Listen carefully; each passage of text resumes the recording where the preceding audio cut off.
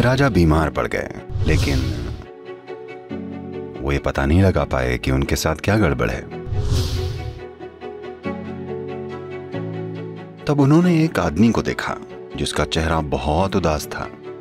वो बहुत दुख में था और गुस्से से भरा हुआ था।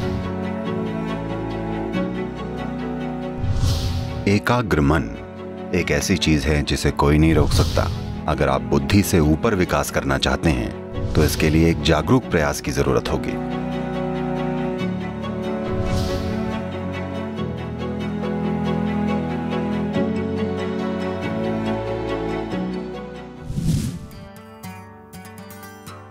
पांच 500 साल पहले मेरे पूर्वजों का एक शहर था। वो वहां के राजा हुआ करते थे। यह शहर 500 साल पहले धरती का सबसे अमीर शहर था। आप इसे चेक कीजिएगा, इसे हम्पी कहते हैं।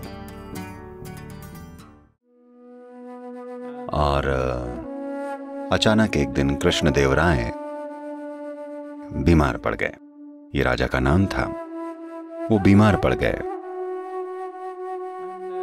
और डॉक्टर आए और उनकी कई तरीकों से जांच की, लेकिन वो ये पता नहीं लगा पाए कि उनके साथ क्या गड़बड़ है। मगर उनकी हालत बिगड़ती जा रही थी, जैसे वो मौत के दरवाजे पर खड़े हों। फिर उन्होंने अपने दोस्त और सलाहकार को बुलाया जिनका नाम था तेनाली रामकृष्ण। तेनाली आए और वो कोई डॉक्टर नहीं थे। उन्हें नहीं पता था कि क्या किया जाए। तो राजा ने उनकी मदद मांगी, लेकिन उन्हें नहीं पता था कि क्या करना है। वो डॉक्टर नहीं थे। तो उलझन में वो शहर में पैदल निकल पड़े और वो बाजार में घूम रहे थे। तभी उन्होंने एक आदमी को देखा जिसका चेहरा बहुत उदास था। वो बहुत दुख में था और गुस्से से भरा हुआ था। तेनाली उनके पास गए। अरे क्या हो गया, आप ऐसे क्यों बैठे हैं? वो बोला, मैं चंदन की लकड़ी का काम करता हूं, क्योंकि कहीं एक बहुत बड़ा भंडार उपलब्ध था तो मैंने एक बहुत बड़ा उधार ले लिया और वो सारी चंदन की लकड़ी खरीद ली।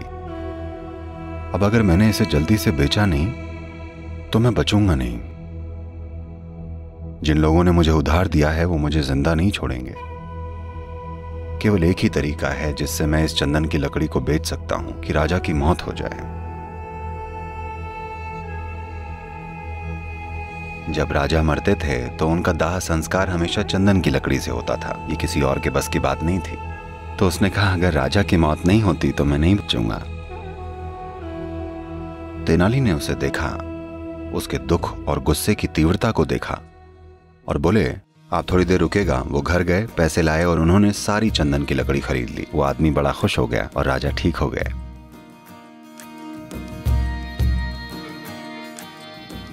ये मजाक नहीं है। आपको ये समझना होगा कि गुस्से के पलों में, नफरत के पलों में, डर और आक्रोश के पलों में आपका मन एकाग्र हो जाता है।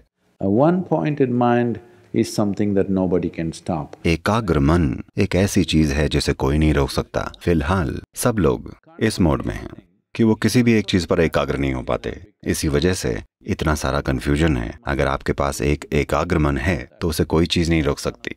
ये गौतम की अभिव्यक्तियों में से एक महत्वपूर्ण पहलू था जिसे वो लोगों के जीवन में लेकर आए। आप अपने जीवन पर काबू पा सकते हैं अगर आप अपने मन पर काबू पा लें। मैं आपसे भी पूछ रहा हूं, अगर आप अपनी मानसिक प्रक्रिया पर काबू पा लें तो आपका आनंदित रहना क्या ये मुश्किल होगा?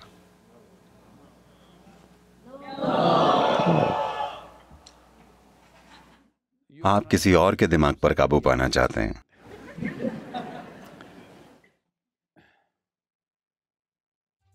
एक दिन शंकरन पिल्लई और उनकी पत्नी मैरिज काउंसलर यानी विवाह सलाहकार के पास गए। तो शंकरन पिल्लई ने परिचय दिया और कहा, हमारा शादीशुदा जीवन बहुत बढ़िया है क्योंकि हमारी जोड़ी इतनी शानदार रही है, क्योंकि मैं हमेशा चुप ही रहता हूं।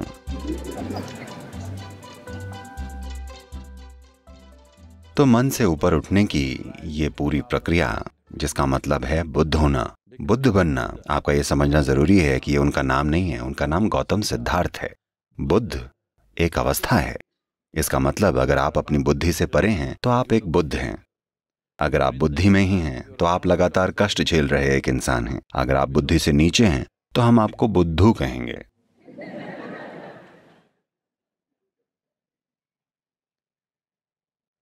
तो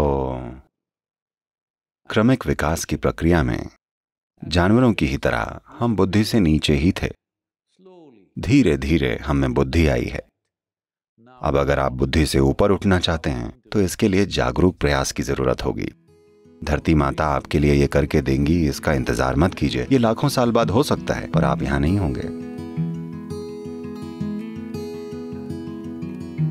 आपको हमारा एक ऐप डाउनलोड करना चाहिए। ये ऐप फ्री है, कोई भी इसे डाउनलोड कर सकता है। इसे सद्गुरु ऐप कहते हैं। इसमें एक ईशा क्रिया नाम की प्रैक्टिस है।